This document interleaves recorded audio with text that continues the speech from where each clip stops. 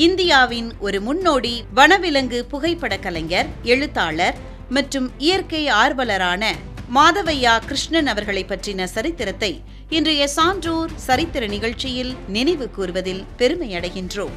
மாதவையா கிருஷ்ணன் அவர்கள் 1912ஆம் ஆண்டு ஜூன் மாதம் 30ஆம் தேதி பிறந்துள்ளார். 1996ஆம் ஆண்டு பிப்ரவரி 18ஆம் தேதி மறைந்துள்ளார்.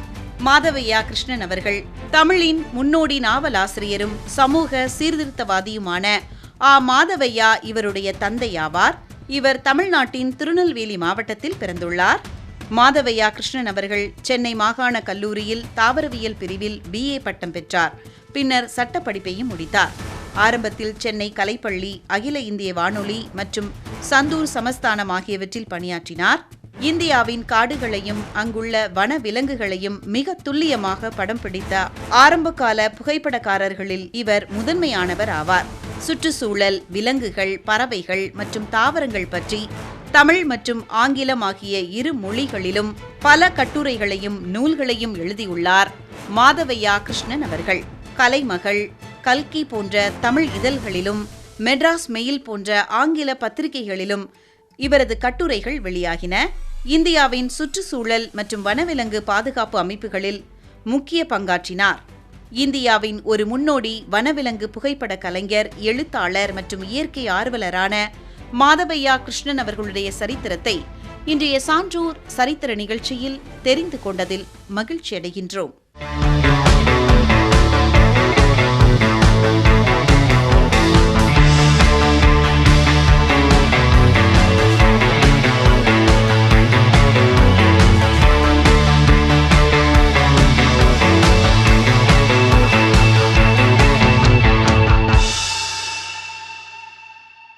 இந்தியாவின் விடுதலை போராட்டத்தின் மிக முக்கிய தலைவர்களில் ஒருவரான தாதாபாய் நவ்ரோஜி அவர்களின் சரித்திரத்தை இன்றைய சான்றோர் சரித்திர நிகழ்ச்சியில் நினைவு கூறுவதில் பெருமையடைகின்றோம். தாதாபாய் நவ்ரோஜி அவர்கள் 1825ஆம் ஆண்டு செப்டம்பர் மாதம் 4ஆம் தேதி குஜராத்தின் நவகாரியில் ஒரு பார்சி குடும்பத்தில் பிறந்தார். 1917ஆம் ஆண்டு ஜூன் மாதம் 30ஆம் தேதி மும்பையில் காலமானார். இந்தியாவின் முதுபெரும் மனிதர் என்று அன்போடு அழைக்கப்படுகிறார் தாதாபாய் நவ்ரோஜி அவர்கள். மும்பையில் உள்ள எல்பின்ஸ்டோன் கல்லூரியில் படித்து அங்கேயே கணிதம் மற்றும் இயற்கை தத்துவ பேராசிரியராக பணியாற்றினார். இந்திய தேசிய காங்கிரஸை தோற்றுவித்த முக்கிய தலைவர்களில் இவரும் ஒருவர். இவர் 3 முறை இந்திய தேசிய காங்கிரசின் தலைவராக தேர்ந்தெடுக்கப்பட்டார். பிரிட்டிஷ் நாடாளுமன்றத்தின் பொது சபைக்கு தேர்ந்தெடுக்கப்பட்ட முதல் இந்தியர் தாதாபாய் நவ்ரோஜி அவர்களே ஆவார். இந்தியாவின் வறுமைக்கு காரணம் ஆங்கிலேயர்கள் இந்திய செல்வங்களை லண்டனுக்கு கடத்துவதுதான் என்று ஆதாரங்களுடன் விளக்கினார். இவருடைய புகழ்பெற்ற நூல் வறுமையும் பிரிட்டிஷ் தன்மையற்ற இந்திய ஆட்சியும் என்பதாகும். தாதாபாய் நவ்ரோஜி அவர்கள் தனது 91வது வயதில் மும்பையில் காலமானார். தாதாபாய் நவ்ரோஜி அவர்களுடைய சரித்திரத்தை இன்றைய சான்றோர் சரித்திர நிகழ்ச்சியில் அறிந்து கொண்டதில் மகிழ்ச்சியடைகின்றோம்.